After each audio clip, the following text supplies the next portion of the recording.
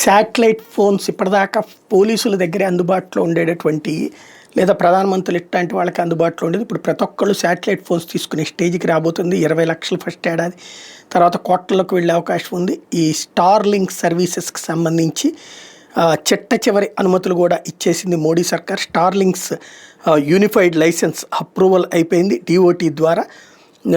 ఏదైతే కండిషన్స్ ఏంటంటే strict security firewalls ఉండాలి, ఆల్ ఇండియన్ యూజర్ డేటా అనేటటువంటిది ఇండియాలోనే ఉండాలి, ఇది కాపీయింగ్ కానీ మిర్రరింగ్ కానీ దీనికి సంబంధించి వేరే వాళ్ళని ఎవరిని అలౌ చేయడానికి వీల్లేదు, డిక్రిప్షన్ కానీ అబ్రాడ్లో ఉన్నటువంటి ఏ సంస్థలకి కూడా ఇవ్వడానికి వీల్లేదు, ఏంది జరిగినా సరే భారతదేశంలోనే ఉండాలి అన్నటువంటి కాన్సెప్ట్ ఆధారంగా తెర మీదకి తీసుకుని వచ్చారు. ఖచ్చితంగా రాబోయేటటువంటి రోజుల్లో ఆ దిశగానే అడుగులు వేస్తామని చెప్పేసి ఆ సదరు సంస్థ ఇచ్చిన హామీ మేరకు అలౌ చేశారు.